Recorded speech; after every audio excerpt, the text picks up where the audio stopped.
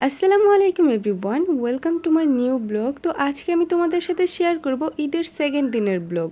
যদিও ব্লগটা আপলোড করতে অনেক দিন লেট হয়ে গেল, মানে প্রায় 1 মাস হয়ে গেছে। যাই হোক, তো ওই দিন বিকেলে আমরা রেডি হয়ে গেছি একটু ঘুরতে যাব তাই। আর দেখো, আমাদের বাসার কাছেই কত মানুষ ঘুরতে আসে, আর আমরা যাচ্ছি অন্য কোথাও ঘুরতে। আর হ্যাঁ, শুধু আমি আর হাসান না, সাথে আমার কাজিন আর কাজিনের হাজবেন্ডও যাবে।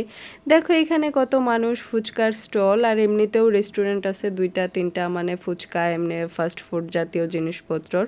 তারপর তো এই দেখো, এই পার্কটা নতুন হয়েছে, সাজেদা পার্ক। এটা ঈদের দিনই ওপেনিং হয়েছে, আগের ব্লগে আমি বলছিলাম। দেখো কত মানুষ, আর এই জায়গাটা মানে ঈদের 3-4 দিন এত পরিমাণ ভিড় ছিল, মানে কি বলবো। যাই হোক, তারপর আমরা বাজারে চলে আসলাম, আর ওই তো হাসান আব্বুর বাইক নিয়ে আসছিল। আমরা বেসিক্যালি বাইক নিয়ে আজকে ঘুরতে যাব, মানে আমরা এক বাইক নিব আর আমার কাজিনের হাজবেন্ড ওরা আরেক বাইকে যাবে। তো এখানে আমরা যাচ্ছিলাম ফার্স্টে ওদের সাথে দেখা করার জন্য, মানে আমার বোনের সাথে দেখা করার জন্য। ওরা ওয়েট করতেছিল আমাদের জন্য। তো তারপর তো ওই তো সামনের বাইকে আমার বোন আর বোনের হাজবেন্ড আছে, একসাথে আমরা চলে গেলাম নিলয়ে।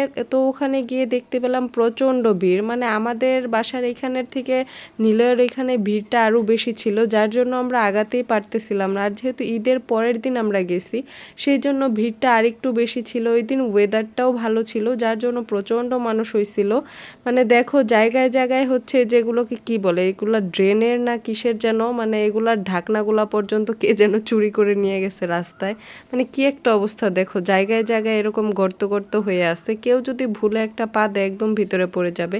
তো তারপর নিলয়ের এখানে আমরা কিছুক্ষণ দাঁড়ালাম, বাট তারপর আমরা চলে গেলাম বাগান বিলাসের ওইদিকে। বাগান বিলাসের এখানে এসেও দেখলাম এখানেও প্রচন্ড ভিড়, মানে একটু যে হাঁটাহাঁটি করে ঘুরবো সেই উপায় নেই, তাই 4জন মিলে একটা ক্যাফেতে বসলাম। যাই হোক, বসার পর এখানে এই তো আমরা 4জন এখানে বসেছিলাম। আর ফার্স্টে আমরা এখানে ফুচকা অর্ডার দিয়েছিলাম, মানে ফুচকা তো মেয়েদের খুবই ফেভারিট। আর এই তো আমার কাজিন, যার বিয়ের ব্লগও আমার এই পেজে আপলোড করা আছে। যাই হোক, এখানে আমরা এই তো ফার্স্টেই সবাই ফুচকা নিয়ে বসে গেছি। আর মেয়েরা তো ফুচকা খেতে এমনিতেই বেশি পছন্দ করে, আজকাল ছেলেরাও ফুচকা খেতে ভালোই পছন্দ করে। তো এখানে আমি সবগুলো ফুচকাতে একদম টক দিয়ে দিচ্ছিলাম, যেন বারবার সবার কষ্ট করতে না হয়। আর এখানে বসে বসে আমরা ফুচকা খাচ্ছিলাম আর অনেক অনেক গল্প করতেছিলাম। আর এমনিতেই আমাদের দেখা খুবই কম হয়, মানে আমার যেহেতু বছরে খুব হইলে 2-3 বার আসা হয়, ওদের সাথে আমার দেখা একদমই কম হয়। আমার বোনের বিয়ের পর মেবি এই নিয়ে 2বার দেখা হইলো। যাই হোক, তারপর এখানে আমরা সবাই বসে বসে ফুচকা খাচ্ছিলাম আর গল্প করতেছিলাম। মানে জাস্ট ওইখানে যতক্ষণ বসা ছিলাম ততক্ষণই আমরা একটু গল্প করতে পারছি, তাছাড়া তো শুধু গাড়ি দিয়েই যাওয়া লাগছে। আর তারপর এখানে আমাদের পিজাটাও চলে আসলো। তারপর এখানে আমরা 4জন বসে বসে পিজা খাচ্ছিলাম। ওদিকে আবার একটু তাড়াতাড়ি বাসায় চলে যেতে হবে, এমনিতেই অনেকটা রাত হয়ে গেছে, তার মধ্যে আবার আমাদের বাসায় মেহমান চলে আসছে।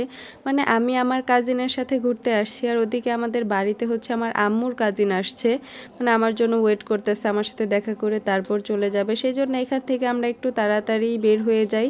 বাসায় আসার পর আন্টিদের সাথে দেখা করে তারপর আন্টিদেরকে বিদায় দিয়ে আবার একটু বাসা থেকে বের হয়ে হাঁটাহাঁটি করার জন্য। তো আজকের ভিডিওটা এই পর্যন্তই, দেখা হবে নেক্সট কোনো ভিডিওতে। আল্লাহ হাফেজ।